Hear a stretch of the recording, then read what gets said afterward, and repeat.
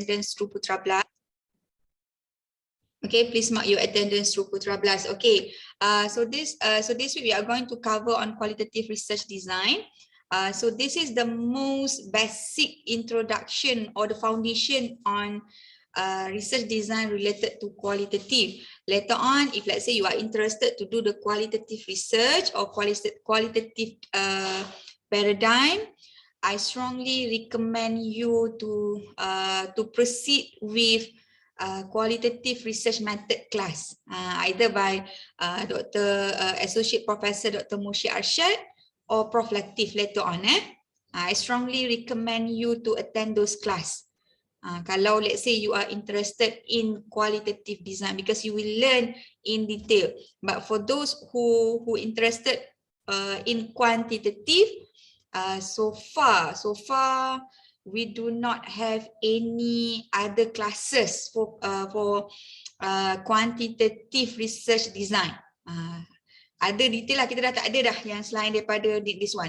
Tapi starting next semester, insyaAllah we will introduce one specific quantitative research method. Kita ada khusus baru nanti. So in which kalau you are interested to go further for quantitative, then you can choose that course lah later. Tapi ini kita just bagi basic foundation on both designs, okay? Then kalau let's say later on if let's say you already choose to proceed with quantitative research, okay, and then for data analysis purpose ataupun to help you, to assist you in developing instrument for quantitative research, you may attend ERS5900 class, which is data analysis and interpretation lah. Itu untuk the extension for the quantitative class lah. That one you can learn about how to develop the instrument as well as how to run the analysis in IBM SPSS. That one is elective course. Okay, so this week we proceed with the qualitative research design. So this is the 5 common design in qualitative. Okay, this is the most basic one that has been recommended by Creswell. Kalau you all baca qualitative research books ni, most of the scholars will lead you to Creswell. So kalau boleh dia ada cuba dapatkan satu buku the name of the book is Qualitative Inquiry. Hold on Dia punya nama buku tu Qualitative Inquiry. Hold on. Qualitative Inquiry and Research Design. For those who are still novice in qualitative, okay, I strongly recommend you to have that book, either the soft copy or by the hard copy, up to you. But at least have that book so that you have a brief idea or foundation regarding qualitative. Later on, kalau you all dah pergi mendalam, sebenarnya banyak lagi. Tapi kenal dulu 5 jenis yang biasa digunakan. Kadang-kadang even though at our department pun we have different ideas on qualitative research design. Some also will introduce you with descriptive qualitative research. Ada juga. Descriptive research ni kalau you can recall, we learn during our quantitative research design. Ada juga dalam quantitative, which is the purpose is to describe the variable, to describe one phenomenon. Okay, sama juga dalam kualitatif ni dia ada sebenarnya design on this descriptive research design ada. Okay, so tapi ini saya explain the most common one yang biasanya dikenalkan oleh Creswell. So we have 5 qualitative research design. The first one narrative, okay, phenomenology, grounded theory, ethnography and case study. Okay, so basically all the 5 approaches ni share common general process. Proses dia sama. Okay, which is we start with research problems, okay, research questions, data collection, data analysis and interpretation and reporting. So the steps are similar, but the difference happen in the goal for each design. Sebenarnya kualitatif ni dia agak susah nak dibezakan, terutamanya antara phenomenology and case study. Okay, dan dia ada sebenarnya variation tu ada kadang-kadang macam mana how does we arrange our data. Dia boleh jadi macam mana kita susun data kita. Okay, dia boleh jadi narrative kalau kita susun dia according to dia punya time frame contohnya. So dia ada perbezaan kat situ je. Okay, dan purpose ada juga. Okay, so we will go through one by one insyaAllah. Okay, so the first one, narrative research.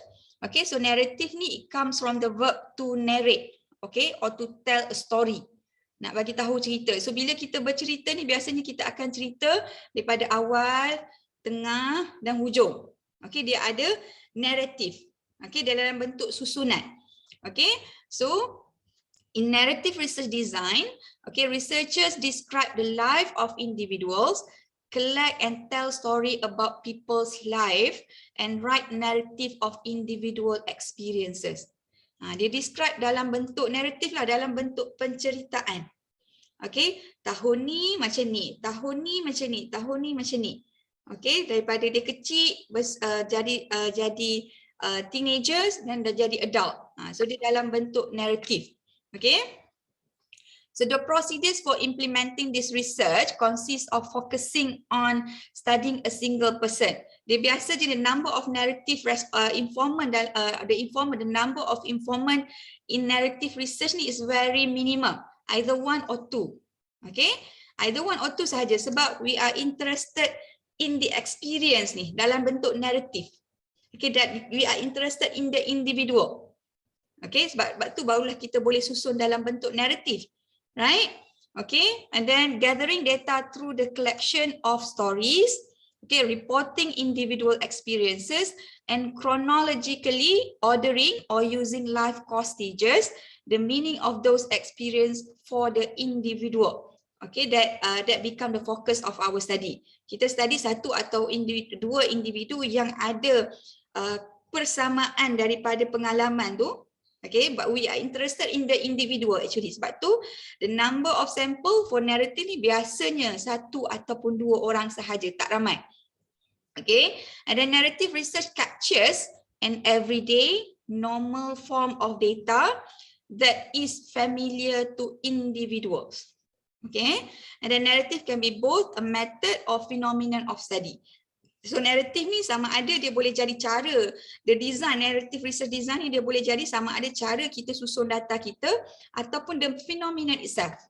Nak jadi sesuatu tu dia ada chronology dia. Okay, so then narrative research ni dia akan banyak lah. Kadang-kadang kita boleh tengok dalam psychological area, macam mana perkembangan psikologi kanak-kanak contohnya. Okay, dia akan adapt according to the area. Okay. Faham tak regarding the narrative research? Kalau another example is the experience to become a good leader. Contohnya, we pick one, contohnya the doctor in the house. So dia penceritaan tu daripada dia kecil, daripada masa dia belajar dan sampailah dia bekerja. Contohnya, example. So we can see the story tu in chronology. Okay, dalam bentuk chronology. Clear for narrative? Okay, next one, the types of narrative. So these are the few types of narrative, biographies, okay, autobiographies, life writing, personal accounts, personal narrative, and narrative interviews. Okay, so these are a few types of narrative research design. Okay, next one, phenomenology.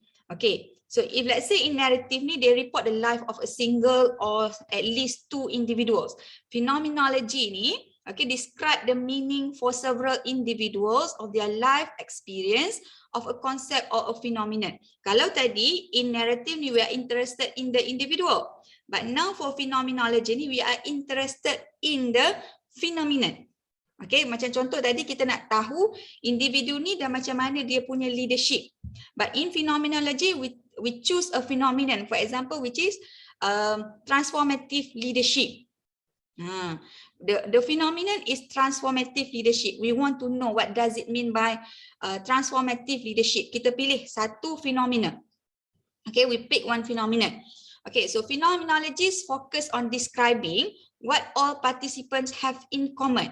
So that's why the number of respondents for the number of informant for phenomenology study ni can be more than one.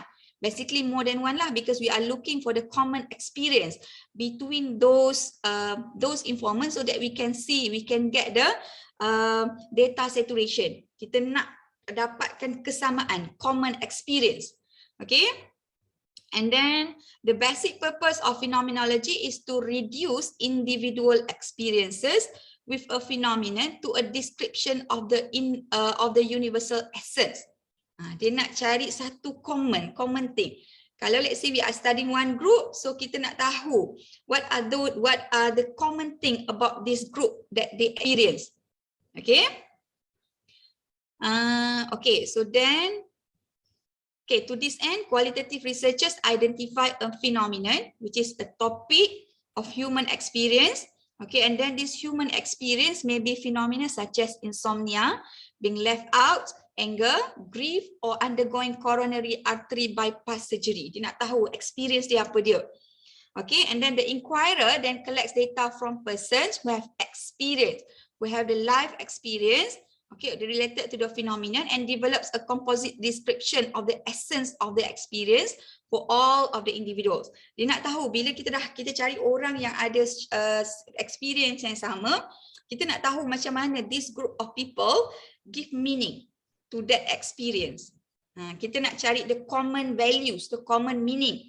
Okay, and then this description consists of what they experience and how they experience it. So biasanya phenomenology ni biasanya the most common method that been used by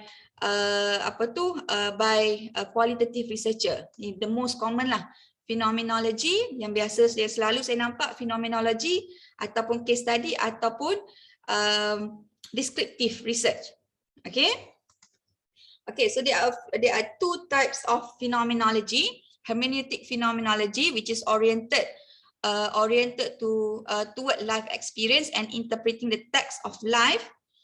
Then the second one, empirical transcendental or psychological phenomenology, which is focused less on the interpretation of the researcher and more on a description of the experience of participants.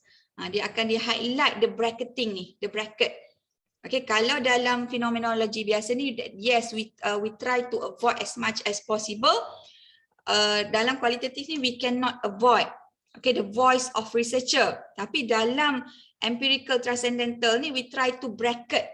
Bracket ni, we locate the frame, or we try to put the grey line between the description from the researcher, from the opinion or answer by the participant.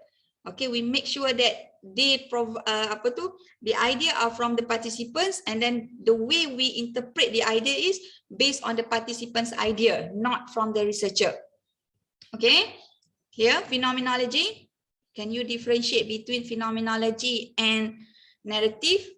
Boleh Ya, semua ni risau pula. Okay, next one. Next one ni grounded theory. So by grounded theory ni, please remember that the main purpose of grounded theory, we want to establish a foundation of a new theory.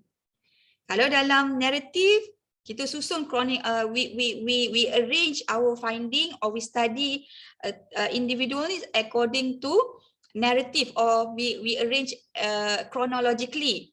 Okay, in phenomenology, we pick one phenomenon and then we want to find meaning for that phenomenon. For grounded theory, the purpose is we want to establish at least the foundation for a new theory. Okay, dia punya purpose dia.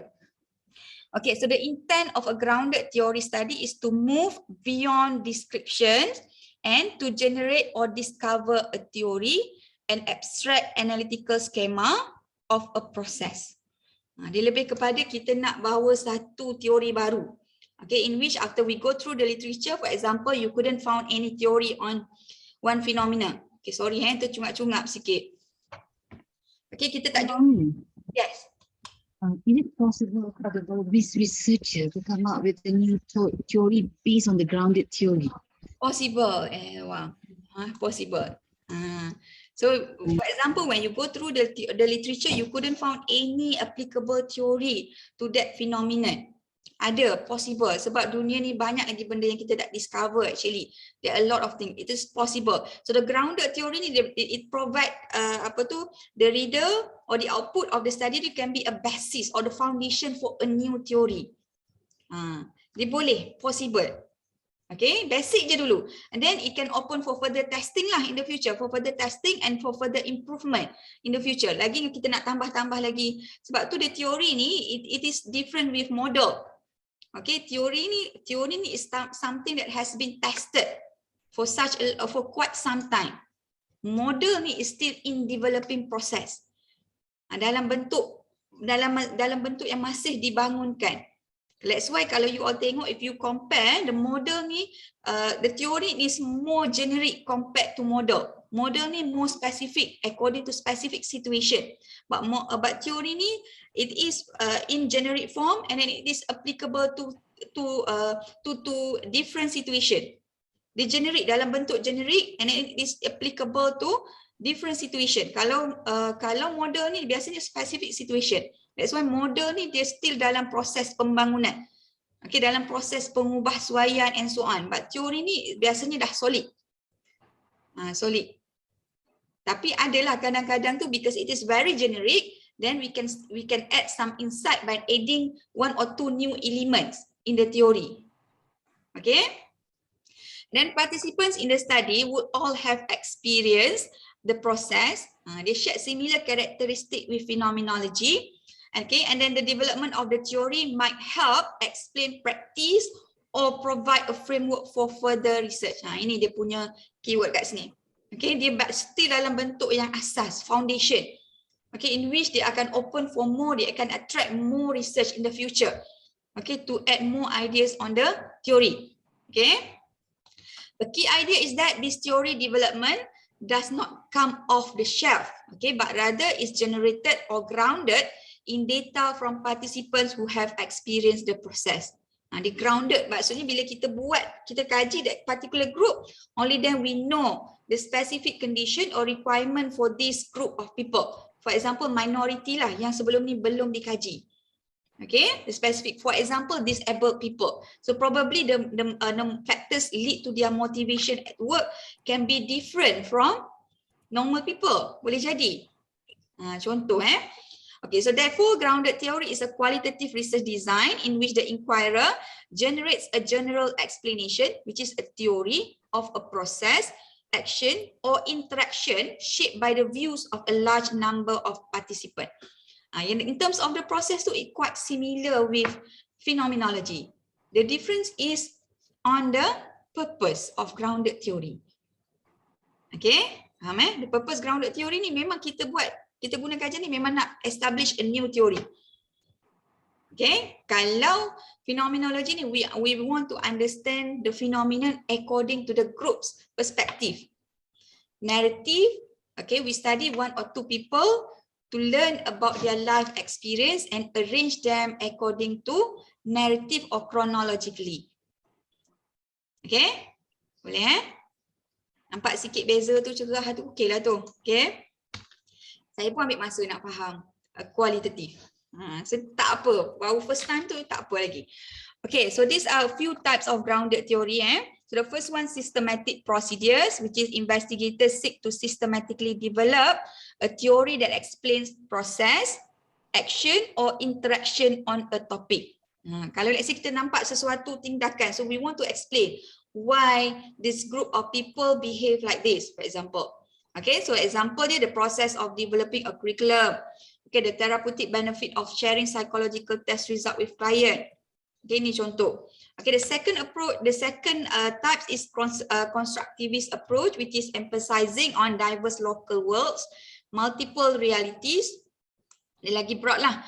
And then the complexities of particular worlds, views and actions.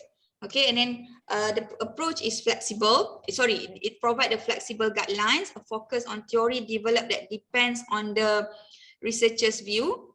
Okay, learning about the experience within embedded hidden network situation and relationship, and making visible hierarchies of power, communication and opportunity. Ini tapi biasanya jaranglah kita highlight on the specific grounded theory ni. Kalau let's say you are able to link your study to grounded theory ni pun dah okay dah maksudnya. So faham je apa itu grounded theory. Okay, the output tu it can be the foundation or the basis for new theory. Itu sahaja untuk grounded theory. Okay. Next one, ethnography. Okay, so ethnography ni kalau let's say kalau kita tengok in the grounded theory ni, researcher develops a theory from examining many individuals who share the same process, action or interaction. Okay, but the study participants are not likely to be located in the same place. Kalau dalam grounded theory tu, the respondent tu not necessarily located at one place, shared similar language, tak semestinya. Okay, as long as they have similar experience, not necessarily ada similar values, not necessarily located at one place or one location. Okay, shared similar language, tak semestinya. Kalau responden dalam dalam grounded theory ataupun phenomenology, but in ethnography we are interested in these similarities. Okay, dalam kita nak kaji persamaan ni. Okay, so people from the similar location, okay, and then frequently interact with others, okay, shared to develop the purpose is to develop shared patterns of behavior, belief and language. Ini kita nak kaji satu kumpulan etnik yang share similar values, similar language, similar symbol, okay. So an ethnographer is interested in examining these shared patterns, okay, and then the unit of analysis is larger than the 20 or so individuals involved in a grounded theory. So kita nak kaji the group tu, the ethnic. Ethnic tu tak kira lah, ethnic ni dia boleh jadi memang the established ethnic ataupun dalam organisasi tu dia ada satu kumpulan yang sebenarnya berbeza dengan kumpulan-kumpulan lain dalam organisasi. Dia mungkin ada the dominant culture or the dominant values in the organization. Itu yang kita nak tahu. Okay, so an ethnography focuses on entire cultural group. Okay, granted, sometimes this cultural group may be small. For example, among a few teachers or a few social workers. But typically it is large. Biasanya besar, tapi tak semestinya besar juga, depending on the situation.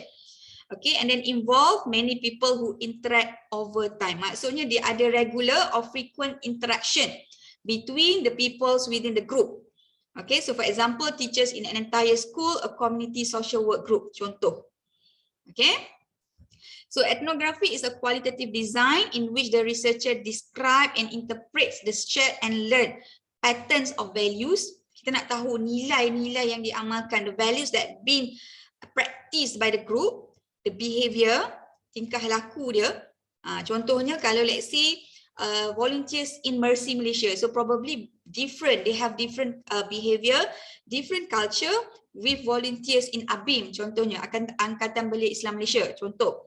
Okay, they have different belief, okay, and language of a culture sharing. So kadang-kadang language, the language yang digunakan tu pun berbeza, term yang digunakan tu. Okay, so itu yang kita nak kaji, okay, dalam ethnography. So these are the two types of ethnography. So saya skip this part. Okay, next one, the last one, case study. Okay, so kalau kita tengok in ethnography, the intention is to determine how the culture works rather than to understand an issue or problem using the case as a specific illustration. Yang ni kita pilih satu case. Sebab tu saya kata yang case study ni kadang-kadang it's very difficult to be differentiated to differentiate the case study with phenomenology. Okay, susah sikit. Okay, so popular in psychology, so case study ni biasanya popular in psychology, medicine. Okay, so kalau kita tengok kalau medicine ni very clear cut lah. Case analysis of a problem. They go by case of the patient tu. Law, lagi senang kalau kita nampak law, by case law. Okay, and lepas senyum dah tu. Boleh relate dengan Johnny Depp, contoh. Okay, and political science, case report. Ini biasanya yang banyak digunakan lah. Okay, yang kita nampak very obvious, case study. So it involve the study of an issue explored through one or more cases within a bounded system. Dia nama case study, but within the case study ni it can consist of multiple case study. Boleh jadi. Okay?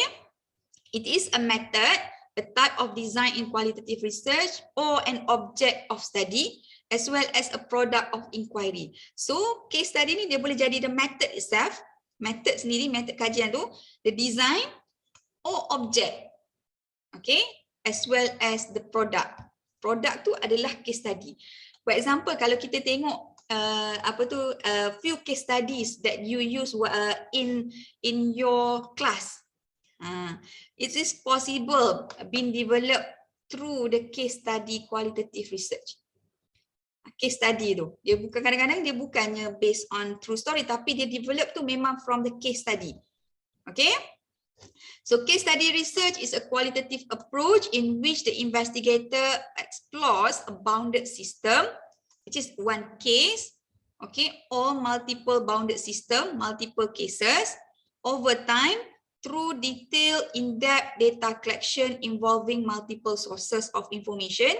For example, they can use observations, interviews, audio visual material and documents and report a case description and case-based themes. You go by case. Okay, for example, several program, a multi-site study or single program or within site study may be selected for study. Ini contoh case study ini tak apa, types. Okay, ni kita nak bezakan how to contrast between the 5 approaches of qualitative research. Okay, first, kalau in narrative, the focus is exploring the life of an individual, of 1 or 2, maximum biasanya 2 lah for narrative ni. Okay, but in phenomenology, the focus is to understand the essence of the experience. Apa yang what are the meanings given by those respondents who experience the same phenomenon? Okay, kalau grounded theory, the focus is developing a theory grounded in the data from the field. Okay, ethnography, describing and interpreting a culture sharing group. Case study, developing an in-depth description and analysis of a case or multiple cases. Okay, second one, based on type of problem best suit for the design. Okay, kalau in narrative, needing to tell stories of individual experience. We want to tell stories in narrative or chronological form about the individual. So probably this individual ni can be a very important individual lah. Very significant individual. Dia punya contribution banyak. Okay, kita nak kaji contohnya pasal Donald Trump ke, kita nak tahu kenapa dia hujung tu karakter dia macam tu. Kita nak tahu apa yang menyebabkan dia berlakunya dia punya karakter tu macam tu, for example. Okay, and then needing kalau in phenomenology, needing to describe the essence of a live phenomenon. Okay, dia sama lebih kurang kat atas tu. Grounded theory, grounding a theory in the views of participant. We want to develop a new theory specific to the group. Okay, specific to the group. Okay, ethnography, describing and interpreting the shared patterns of culture of a group. Okay, the interest is on the culture, the shared values. Okay, and in case study, to provide an in-depth understanding of a case or cases. Okay, next one, in terms of discipline background. For narrative, we are interested to draw from the humanities, including anthropology, literature, Kalau narrative ni, it is originated from the humanities, including humanities area, including anthropology, literature, history, psychology and sociology. Dia punya narrative ni, sosiologi ni macam kita tengok perkembangan sosial kanak-kanak. Contohnya, dia boleh jadi psikologi ni contohnya perkembangan psikologi seseorang individu. Contohnya kalau dia mengalami bipolar, so kita tengok the stage tu. Daripada awal sehingga berlakunya dia mengidap bipolar contohnya. Kita tengok proses tu by stage. Okay? Phenomenology, drawing from philosophy, psychology and education. So ini biasanya area yang kita gunakan phenomenology ni. Okay, kalau grounded theory, basically drawing from the sociology, ethnography, from anthropology and sociology. Okay, then case study, drawing from psychology, law, political science, and medicine. Ini biasa untuk case study. Okay, in terms of unit of analysis ni referring to the informant involved in the study. Kalau for narrative research, we are studying one or more individual, but basically one or two. Itu sahaja. Kalau ya pun kita cari yang share similar characteristic. Okay, sebab kalau tak sangat susah untuk kita arrange in narrative. Kalau kita includekan banyak sangat informant. Phenomenology, studying several individuals that have shared experience. So the keywords here is until you reach the saturation point. Okay, ketepuan data. Kalau kat sini phenomenology ni. Okay, and then studying kalau in grounded theory we are interested to study a process, okay, action or interaction involving many individual. Okay, sama, lebih kurang sama, tapi the goal ni different. Okay, and then ethnography. Okay, we are interested to we are studying a group that shares the same culture. Okay, in case study, we studying an event, a program, an activity, more than one individual. Kita nak lebih nampak tu sebenarnya satu event, satu benda, satu case, satu penyakit. Contohnya. Okay, dia nampak the boundary tu. Okay. Any questions so far? Ni ada lagi. Tak boleh. Ingatkan dah habis dah. Okay. Next one in terms of data collection form. Okay. So in narrative, okay, we primarily use interviews and document analysis document. Last time, I'm not sure sama ada saya dah jawab ke belum. I received one question. Saya tak tahu, saya ingat, saya tak tahu siapa tanya. Is it anybody within the group can recall or remind me who asked me the question regarding is it possible for document analysis to be a qualitative research by itself? Ada tak? Betul tak soalan saya tu? Betul tak saya repeat soalan macam tu? Ada tak? Ada kan? Ada. Siapa yang tanya? Siapa? Saya tanya, Dok. Syaril. Saya dah jawab belum? Dah. Sorry, saya take some time untuk reply. Minta maaf 2 weeks ni memang itulah. Tapi it is possible it is possible because either documents or interviews document analysis, field note, it's just a means for data collection. But when you do the literature review, for example, in qualitative research, and when you do the literature review ataupun you do the systematic literature review, it can already be part of qualitative research. Dia cuma akan ada persoalan sama ada kalau let's say kita hanya collect data from the literature. Maksudnya we did the document analysis, we do the document analysis to answer the developed research question. Kita dah develop the research question, dan in terms of data collection, kita guna the literature review ataupun the document analysis. It can be one qualitative study already. Dah boleh jadi. It is possible to mix phenomenology and case study design. Possible, but it may take more time. Possible, possible, but it's not really recommended at your level lah. Possible. Dia nama dia tu kita panggil mix method. Boleh possible. Design tu boleh boleh possible tapi panjanglah cerita dia because if you may recall what Prof Ismi said earlier, nak buat qualitative study ni dia macam kita bina satu pool yang dalam. Pool satu telaga yang dalam. Dalam. Kalau kuantitatif dia pool yang besar, yang luas. Kan? So kalau you bayangkan dah satu dalam, lepas tu nak dalam lagi. Okay? 2 kali dalam. Okay? Okay. Then phenomenology, we use primarily interviews with individuals, although document observation and art may also be considered. Sebenarnya in all qualitative research, you can apply quite similar method. Sama. Cuma kalau let's say in narrative research, macam mana kita nak tahu pengalaman seseorang tu kalau kita tak buat interview? Betul tak? So that's why dia letakkan interview tu sebagai priority. Dokumen ni can be his diary, his or her diary. Kita buat analisis tu daripada diary dia ataupun hasil penulisan dia. Itu jadi dokumen analisis untuk narrative. So kalau phenomenology pun sama, it can start with interview. Okay, kita nak tahu dia punya life experience dia juga. But how does dia bagi meaning tu, macam mana kita nak tahu? The essence of belief or the values tu, kalau macam mana kita nak tahu kalau kita tak interview dia? Okay? Document pun possible. So the document, it can be any report yang dia buat, any diaries, any field note. Okay, observation pun possible. Kita observe, kita duduk, okay, kita tengok apa yang dia. For example, we are interested in leadership among teachers. For example, satu hari kita set, kita duduk je, kita tak buat apa-apa. Kita duduk, kita tengok je, we just observe their action or behavior. Then kita letakkan nota kita. Okay, then the interpretation tu memang from the interpretation will be from the researcher lah.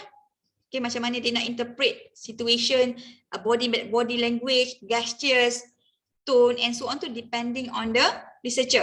Okay, and art may also be considered. Art ni lukisan. Lukisan yang dihasilkan apa yang kita interpret, abstract contohnya. Okay. So next one, grounded theory. So using primarily interviews with 20 to 60 individual. That's why grounded theory ni quite challenging lah untuk newbie ni, susah sikit. Okay, and then next one, ethnography. We use primarily observation. Biasanya kalau untuk nak mengkaji etnik ni, dia lebih sesuai kalau kita observe. Sebab observe ni dia akan involve long term attachment between the researcher and the informant. Kita tengok, observe, kita ikut, kita follow ke mana-mana dia pergi.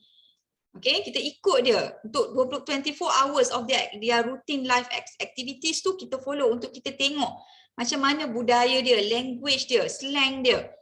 Okay, kita tengok satu-satu. Okay, but perhaps collecting other sources during extended time in field, itu pun possible.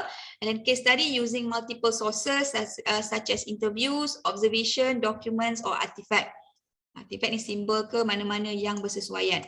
Okay, so ini yang kebanyakan digunakan. Okay, and then in terms of data analysis strategies for narrative research, we analyze data for stories or restoring stories, developing themes, often using a chronology. Senang saja. Kalau narrative ni, kita susun cerita tu dalam bentuk logical narrative, logical chronology, terpulang. Biasanya time frame lah, ikut time frame. Okay, stage 1, stage 2, stage 3. Okay. Or in phenomenology, we analyze data for significant statements, meaning units, textual and structural description of the essence. Okay. And then in grounded theory, we analyze data through open coding, axial coding, selective coding. Ni ikut.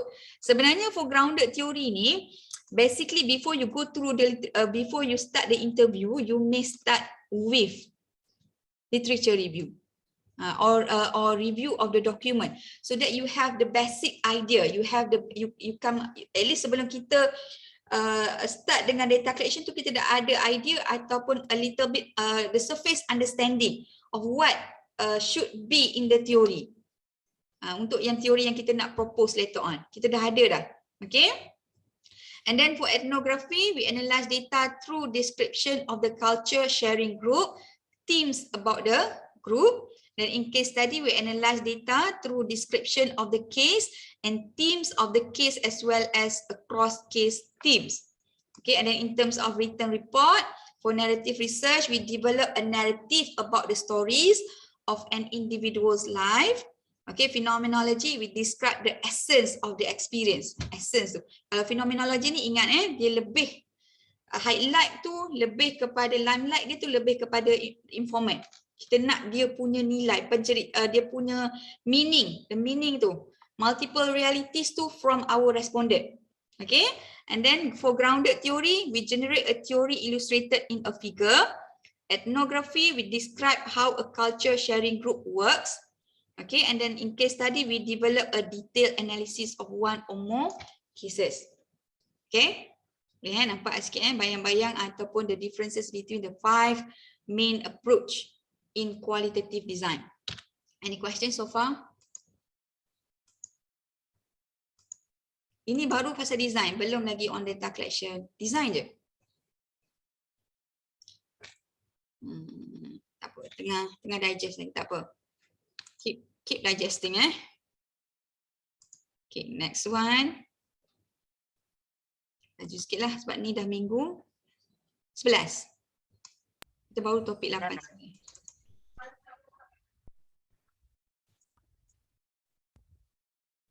Remember, later on when you enter your chapter 3, make sure you specify your design. Kena, wajib, compulsory. Jangan pula attend kelas research method tapi tak tahu design apa. Okay, next one on action research. This is one of the design that has attract most practitioner. Dia action research ni dia boleh jadi qual, dia boleh jadi quant, depending. Action research, but it is based on specific situation happen at workplace, and then the result of action research ni can be something that can be implemented directly at that specific organisation. Action research nama dia. Kajian tindakan. Okay, biasanya kalau you all nak buat polisi, inilah salah satu cadangan untuk kajiannya. Okay. Okay, this is our LO. Okay, at the end of the session, so you are able to define the objective of action research. Okay, determine action research process and the role of reflection in action research. Okay, explain action research as an improvement intervention in organisation. Okay, tiga objektif, 3 LO. So ini sebenarnya action research ni dia specific to case. Okay, for case ni for example, you are studying turnover in manufacturing in A manufacturing company. So you try to solving the turnover issue in that organisation only. Itu untuk action research ni. Kalau in most qualitative ataupun in quantitative research ni, it is more general. Sometimes we study the public service, but sometimes the finding also applicable to the private sector. Possible juga. Tapi hak ni action research ni dia specific to that organisation sahaja, specific to that group sahaja. Okay? Faham Okay, so action research ni integrate both action and research. Maksudnya dibuat satu tindakan dalam dia dan cuba dalam terjemahkan dalam bentuk penyelidikan. Okay, is it a type of research with the main purpose of to resolve actual practical issues arise at workplace and generate a deeper understanding of the issue at hand. Maksudnya isu tu betul-betul wujud dekat organisasi dan you all nak resolve that issue. Okay? That's why it is directly useful to organisation. Okay? And then conducted to meet both requirement of an academic program and organizational usefulness. So far lah, based on my experience. Action research ni kalau in academic work ni susah sangat nak lepas. Susah. Very difficult even though dia kata can meet both requirement of academic program and organizational usefulness. Basically kalau you all practitioner, sebab you all tak perlu fulfill the randomization and so on tu tak perlu pun. Tak perlu pass that procedure, randomization, data analysis, data normality. You all tak perlu pun that one. Sometimes in your organisation. That's why sebenarnya susah. Saya ada student saya pun tak lepas-lepas lagi buat action research. The study is related to right sizing. Dia buat study on right sizing. Memang come up with the outcome is one instrument ataupun measurement on right sizing for support staff in UPM. Macam mana kita nak tentukan size yang tepat untuk support staff, kumpulan sokongan di UPM. So we manage to come up with one formula to calculate based on beban kerja, beban tugas. Tapi nak lepas tu susah sebab we do not apply randomization. Sebab macam mana we want to apply randomization? Because it is specific to the job task. Ada variation sikit pun dia akan jadi ubah dah. Okay? Okay, so action research, it is an emergent inquiry process in which applied behavioral science knowledge is integrated with existing organizational knowledge and applied to address real organizational issues. So it is simultaneously concerned with bringing about change in organizations in developing self-competencies in organizational members, and in aiding to scientific knowledge. So finally, it is an evolving process that is undertaken in a spirit of collaboration and co-inquiry. So paling senang nak faham, dia adalah satu kajian yang dilaksanakan based on case specific dekat sesuatu organisasi ataupun suatu kumpulan. Case specific. Okay. Okay, so the purpose of action research, we want to take action and creating knowledge. For example, we figure out that there are issue of turnover, high turnover among manager, for example, ataupun banyak sangat transfer, request to transfer department. Okay, department A ni tiba-tiba banyak sangat dia punya officer request untuk transfer dekat department lain. So we want to study about the issue. Kita nak solve the issue. Okay. Okay, and general characteristic of action research. So research is action rather than research about action. Okay, a collaborative democratic partnership between the researcher and the organizational members. Okay, and then a concurrent with action. Maksudnya bila kita study tu, kita propose the solution terus. Study, propose the solution. Study, propose the solution. Okay, and then a sequence of events and approach to problem solving. So action research ni dia lebih kepada close to problem solving, to solve the problem within the organization. Okay. Okay, and then another characteristic of action research, action researchers take action. Okay, that's why the data collection semua berlaku dekat the organization. Okay, and then action research always involve two goals, which is to solve problem and contribute to science. Okay, and action research is interactive, meaning that the interactive communication between the researcher and then the informant, direct informant. Okay, data tu semuanya daripada supplied by the organization. Okay, and then action research aims at developing holistic understanding during a project and recognizing complexity. So action research is fundamentally about change. Okay, and then action research, maksudnya salah satu ni, for example, you are interested to introduce a new performance system within your organization. Itu salah satu contoh. Macam mana kita nak kenalkan the new system ni? Macam mana kita study the previous system? Okay, and then action research requires an understanding of the ethical framework, values and norms within which it is used in a particular context. So 6, 7 ni sebenarnya nombor 6 ya. Action research can include all types of data gathering methods. So dia boleh jadi, it can be interview, it can be document analysis, it can be survey. Dia boleh jadi semua. Either mainly used in qualitative or quantitative. Semua kita boleh guna in action research. Dia tak ada boundaries. So action research requires a breadth of pre-understanding of the corporate. Kita kena faham dulu betul-betul setting the organization. Okay, if let's say you are interested to study the performance management system of the one organization, so then you need to understand the structure, the culture, how to convince the employer, top to down, bottom up, semua kita kena faham tentang organisasi tu. Sebab tu action research ni dia biasa dilaksanakan oleh orang dalam. Okay, orang dalam organisasi tu. Jarang kita guna external researcher for action research ni. Okay, and then okay, organizational environment, the condition of business or service delivery, the structure and then and dynamics of operating system and the theoretical underpinning of such system. Okay, and then action research should be conducted in real time. Okay, though retrospective action research is also acceptable. Maksudnya kalau boleh kita tahu isu tu wujud, we want to resolve the issue at that time, segera. Okay, kalau retrospektif ni mungkin isu tu dah lepas, tapi kita cuba study untuk tengok kalau ada kebarangkalian, the same thing will happen in the future. Okay, and then the action research paradigm requires its own quality criteria. Okay. Okay, so these are the comparison between traditional and action research. So kalau traditional, the purpose of research is to develop theories and discover generalized principle. Ini secara umum. Kalau research yang kita biasa buat in academic. But in action research, the purpose of research is to improve recent practice.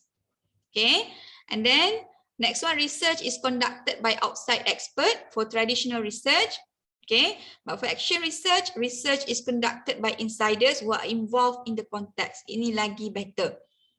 Kalau tak, kalau kita ambil outsiders ni, it takes time for the outsiders ni to learn about the culture within the organisation.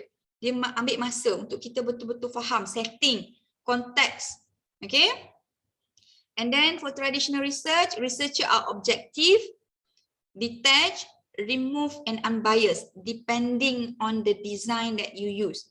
Okay, kadang-kadang dia boleh jadi objektif. Objektif ni diasingkan lah, detached, remove and unbiased. But in qualitative, dia lain sikit. We cannot avoid the role of researcher in qualitative study.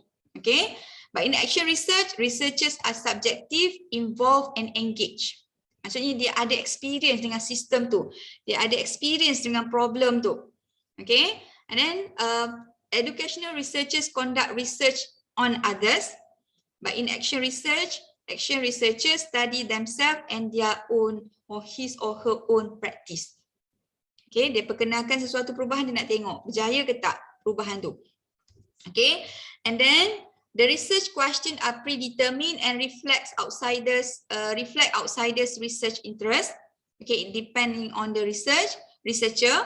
By action research, it is research question arise from local events, problems and need. Maksudnya dia tahu ini yang practitioner macam you all lah. Okay, you all daripada industri, you all daripada tempat kerja, you all tahu apa keperluan ataupun the problem that arise at your workplace. Okay, and then for next one, the research participants are carefully selected to represent a population of interest. So this one sometimes we apply the randomization lah to select our sample for traditional research. But for action research, participants are a natural part of the inquiry setting. Dia sama macam dalam qualitative, which is the researcher ni orang yang, the informer ni adalah orang yang memang mempunyai life experience dia dengan situation tu.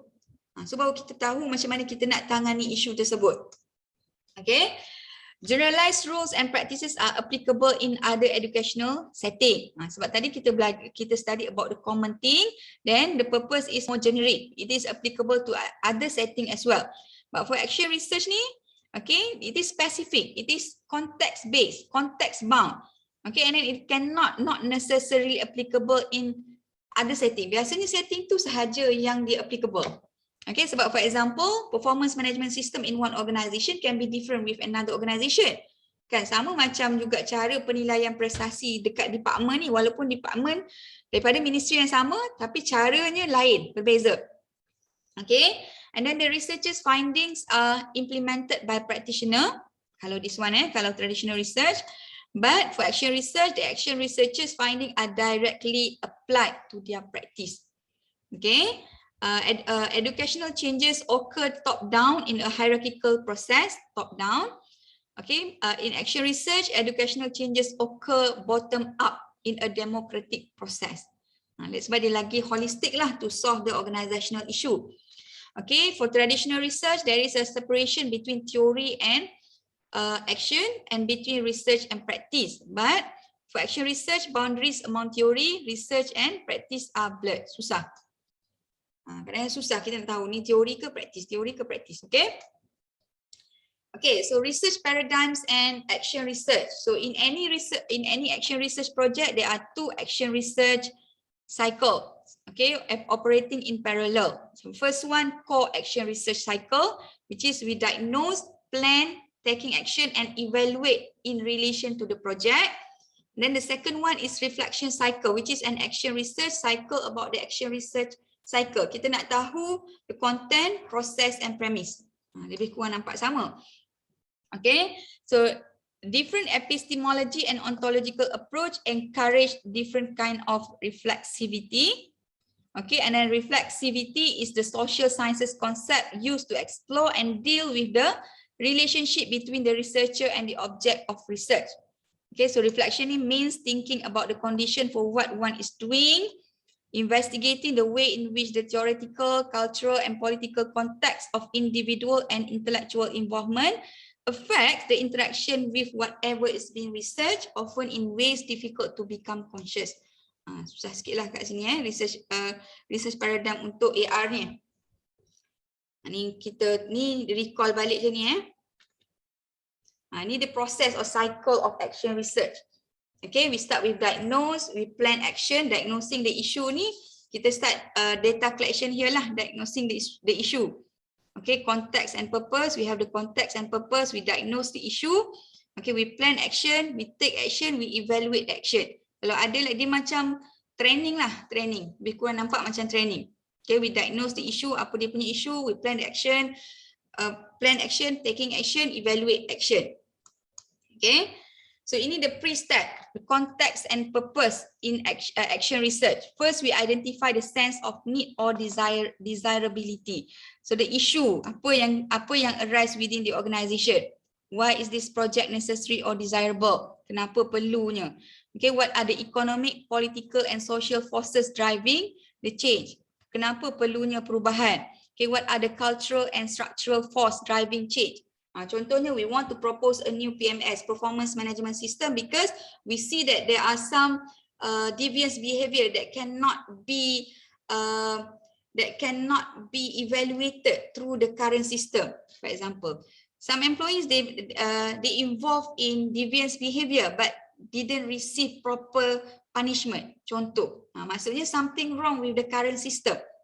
Contohnya, okay, and then establish definition of a desired future state. Okay, which is we target in next 5 years, so probably we want to achieve some goals. For example, okay, we set the boundaries for the purpose of the project and help provide focus and energy for the later stage. Maksudnya we provide justification why we need the change. Okay, and then establishment of collaborative relationship with those who have ownership or need to have ownership of the above question. Ini lagi salah satu purpose dia. Okay, the first main step is diagnosing. So we name the issues. What are the issues? Apa yang kita nak kaji? For example, turnover, which is the basis of which action will be planned and taken. Okay, needs to be done carefully and thoroughly. Okay, while the diagnosing may change in later iterations of the action research cycle, so any changes in diagnosis need to be recorded and articulated clearly, showing how events have led to alternative diagnosis and showing the evidence and rationale for the new diagnosis on which further action is based.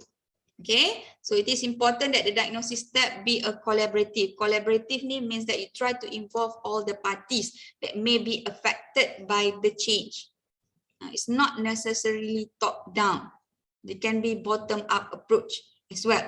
You can start interviewing the subordinate ataupun the person who directly deal with the process or the system, so that we know the gap.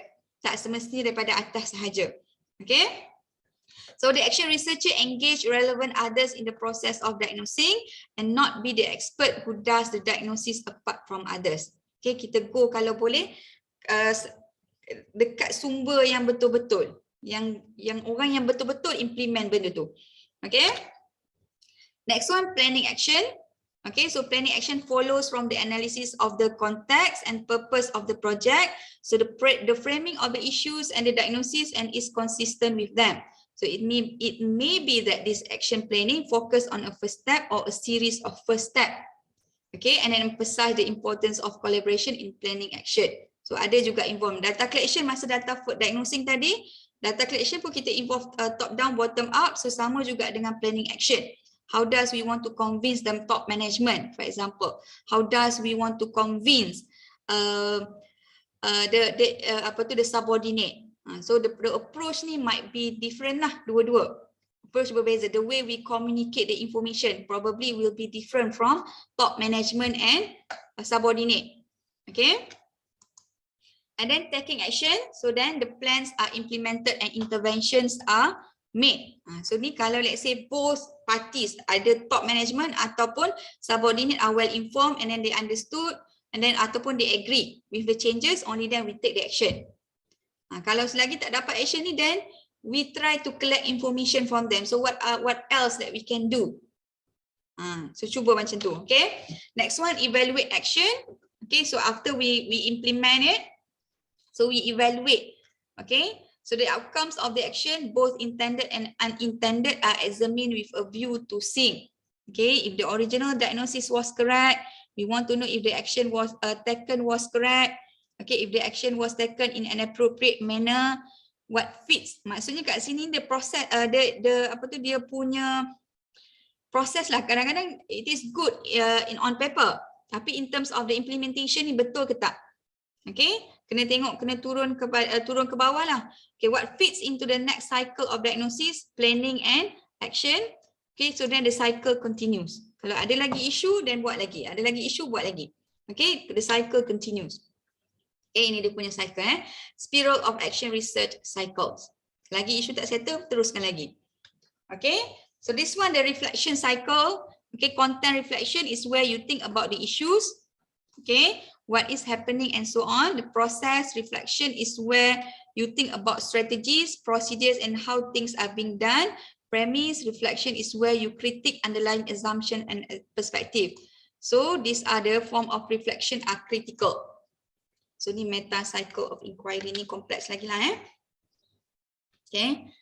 Okay, quality and rigor in action research. So sama dalam qualitative ataupun quantitative. They are the way that how we can maintain the quality of the research, either during the data collection process ataupun the diagnosis, okay, planning or action.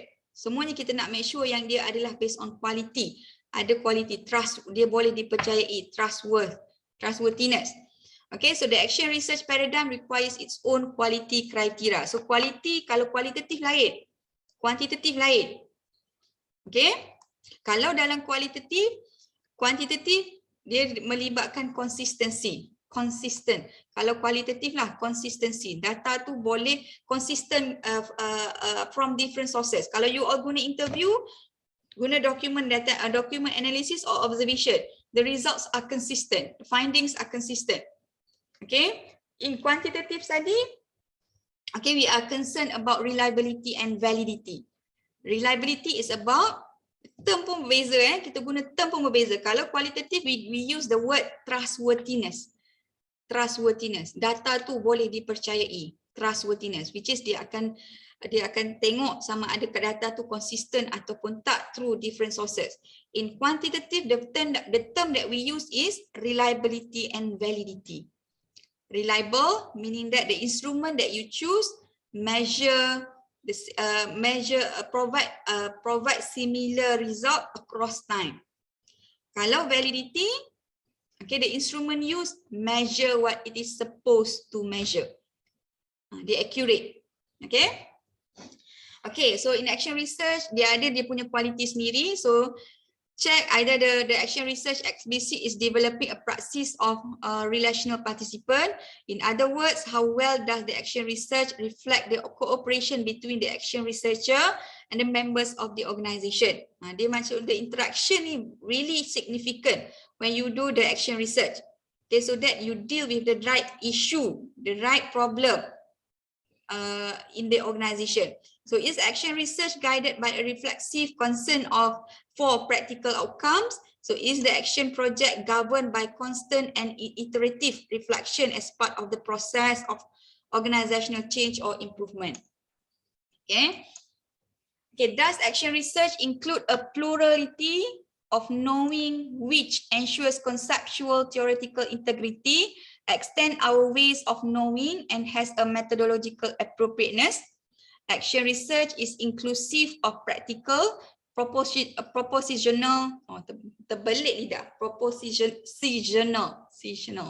presentational and experiential knowledge, and so as a method is appropriate to furthering knowledge on different levels. Okay, does action research engage in significant work? So the significance of the project is an important quality in action research. Either it is try to solve a significant problem within the organization lah.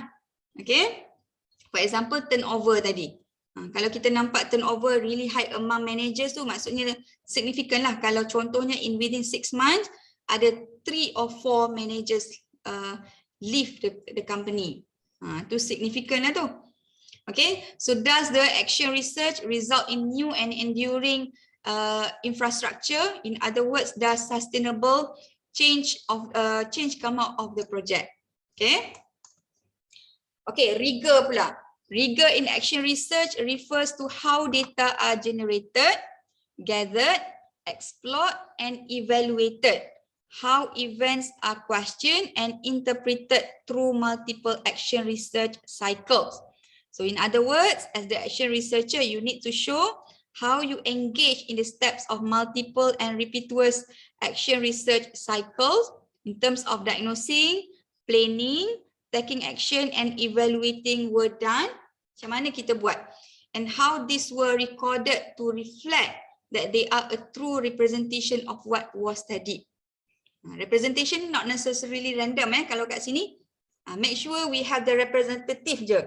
Representative for all the groups that will be affected by the change that we want to bring within the organization. Okay, how you challenge and tested your own assumption. Okay, an interpretation of what was happening continuously through the project. That's why assumption ni kalau kita daripada outsiders, kita tak boleh come out dengan assumption ni.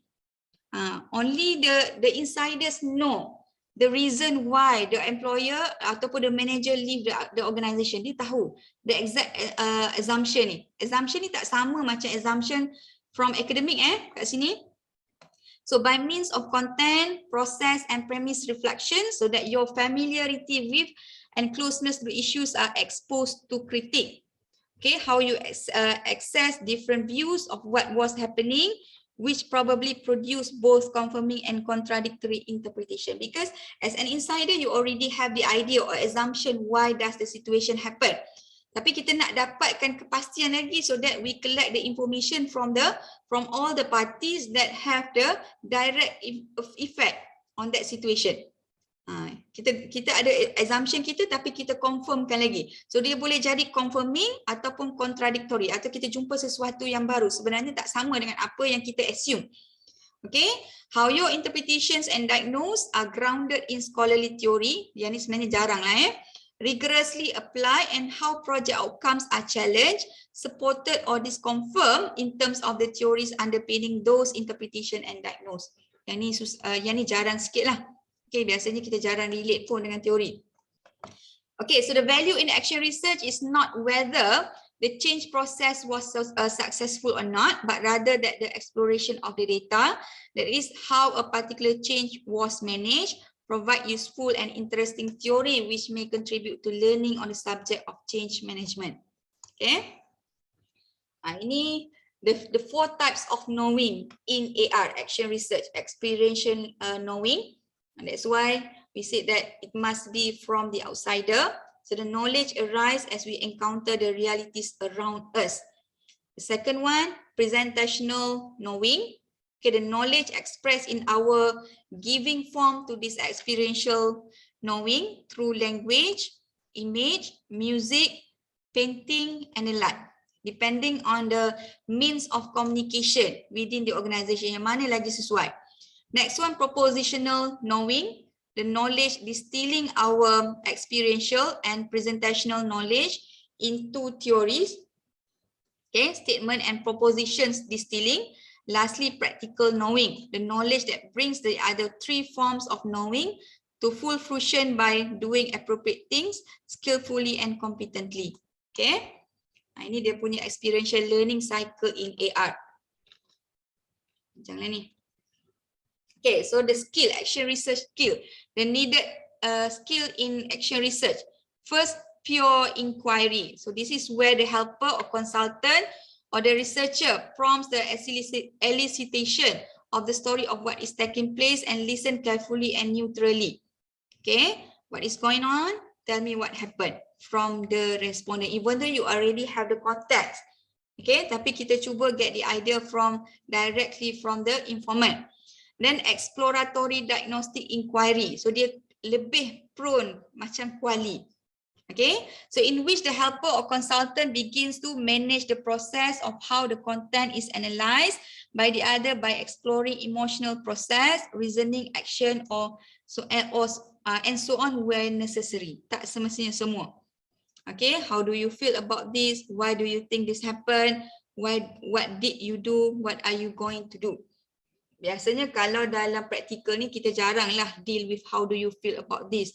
Dia tak deal dengan feeling. Biasanya yang ni, what did you do? Kalau A berlaku, what did you do? What are you going to do? Okay. Okay, confrontative inquiry. Okay, this is where the helper or consultant, by sharing his or her own ideas, challenge the other to think from a new perspective. So you try to instill the future changes that might happen to your informant. Okay, so this idea may refer to process and content. So have you thought about doing this? Have you considered that this might be a solution? So maksudnya kita during the diagnosing ni, kita dah boleh start to instill the idea of future changes to our respondent or informant. Okay? Rami. Yes. So macam alamak, kena slide tadi sebelum. So the confrontative inquiry and the inquiry before the confrontative inquiry can also kita boleh infuse dalam kita punya interview protocol kan? This one, yes, it can be prepared in our interview protocol if let's say you decided to proceed with interview lah during for the main data collection. Maksudnya you dah boleh create your interview protocol that consists of confrontative inquiry ni. But this one for action research tau. For qualitative lain, we are exploring, we are not proposing. So be careful ini action research. Kalau in qualitative, general qualitative, you cannot propose the idea. The idea must be from your informant. Kita boleh bagi clue, but you cannot directly give the idea. Lain. Kena tadi detach. Try to detach yourself. Kita tak boleh detach when you start to interpret, provide the interpretation. Kalau paling senang, you try to imagine when you prepare your chapter 4 based on transcript that you have. So siapa yang akan bagi meaning? Who's going to give meaning based on that transcript? For sure the researcher. Kan? Kita kena make sure emic tu adalah kita punya teras lah dalam kualitatif kan? Yeah. Ini lain sikit So action research dia lain sikit, approach dia lain. Okay? Sebab bila kita buat action research, dia orang dalam, niat kita adalah we want to bring change. Bila kita kata nak bawa change tu, mestilah kita dah start kena pandai masukkan idea tu, the change idea tu to our informant. Okay, so data generation versus data gathering in action research. Okay, so data comes through engagement with others in the action research cycle, in which acts which are intended to collect data are themselves intervention. Dia boleh jadi direct, dia berlaku. Maksudnya kita buat data collection tu pun dia dah boleh jadi intervention dah. Okay, so asking an individual a question or observing him or her at work is not simply collecting data, but in also generating learning data for both you, the researcher, and the individual concerned. So you are not neutral. Susah. Kalau dalam AR ni dia susah. Untuk neutrality ni susah. Okay, so inside the action researcher, okay, data generation comes through active involvement in the day-to-day organizational process relating to the action research project. So no inconspicuous observer, as your presence is taken for granted. Your observation are made as a member of the organization in the day-to-day interaction with colleagues and others. Supaya dia tak nampak yang sebenarnya the informant tu didn't see that it is a research bunk. Sebab tu dia nak kalau boleh orang dalam. Based on my experience lah, actually I did one action research in a private company, which is to propose a new performance management system within the company. Okay, at my stage, at the early stage, when I start the diagnosis process ni, it's very difficult. Sebab because they see me as someone who try to bring new thing. Kalau seseorang ni yang dia nampak kita ni sebagai seseorang yang nak bawa sesuatu yang baru ni, dia akan macam diasingkan, rasa diasingkan, being isolated. Tapi after 5 years tu dia dah nampak benda tu adalah sebenarnya kebiasaan. So they are more willing to share ataupun to accept the ideas, dia lagi senang. Tu idea of the change idea ni lagi senang bila dia dah mula terima saya sebagai part of the members within the organisation. Itu dia, that's why pentingnya belonging, sense of belonging tu. Okay. Okay, so not only are data generated through participation in an observation of teams at work, problems being solved, decision being made and so on, but also through the intervention which are made to advance the project. So some of these observation and interventions are made in formal setting, meetings and interviews. Many are made in informal setting, over the coffee, lunch and other recreational setting. Kadang-kadang based on very informal discussion pun kita dah boleh dah. Okay? Okay, you will need to document your reflection for all these occasions. Okay, apart from your journaling activities which typically take place in private, there are the situation at meetings where you want to take notes or jot down reflection. So of course, it's a sensitive process as appearing to take notes may create suspicion. Biasanya during AR ni kita tak buat recording apa-apalah. Okay, jarang. We just take, jot down je. Jot down. Kita tak buat audio or video recording, tak buat. Very sensitive. Okay, so a useful rule of thumb is to adopt what others are doing. If at meeting, most people take notes, then it is acceptable for you to take notes. If no one is taking note, then you do not take notes. Culture, budaya-budaya macam ni sebenarnya researcher luar tak faham. Yang dalam je faham. Okay, in that case, okay, so you try to jot down your reflection afterwards as soon as possible. Okay, sebelum kita terlupa the main content of the meeting and so on. So you may consider using some form of survey instrument. Okay, and then interviewing in action research tend to be open-ended, okay, and unstructured, focusing on what the interviewee has to say rather than confirming any hypothesis the action research might have. Then basically kita dah ada kaedah untuk kita tanya soalan, very direct, walaupun even though it should be open-ended and unstructured, but it is also must be culture bound to that organisation. Okay, kalau dia buat dia based on manufacturing company, so make sure soalan kita tu precise ataupun straightforward to what he or she are doing. Okay, reports, memos, minutes and meeting and so on may be highly confidential and access to them may depend on degree to which an organization's management is willing to grant access to the inside researcher. Ada juga kalau certain policy yang kita tak boleh tengok. For example, based on my experience, even though I've been there around 5 years, I still cannot see the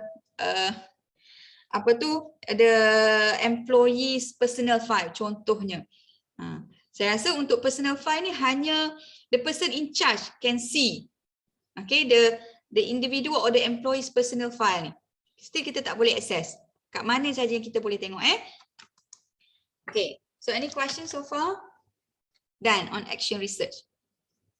5 design under the qualitative and then 1 action research. Any question? It's already 7:25. Want to take a break for Maghrib? Then we continue atau macam mana? Sure doktor. Boleh. Boleh Doktor, ada topik lain lagi ke hari ni doktor? Dah berat dah tu nampak tu. Sepatutnya we already saya tengok dulu slide ni, sempat tak saya cover minggu depan. Sebab next slide ni on instrumentation lah, on data collection. Yang ni more on data collection lah. Saya rasa this one next week kot, panjang sikit this one. Okay, so I continue next week lah.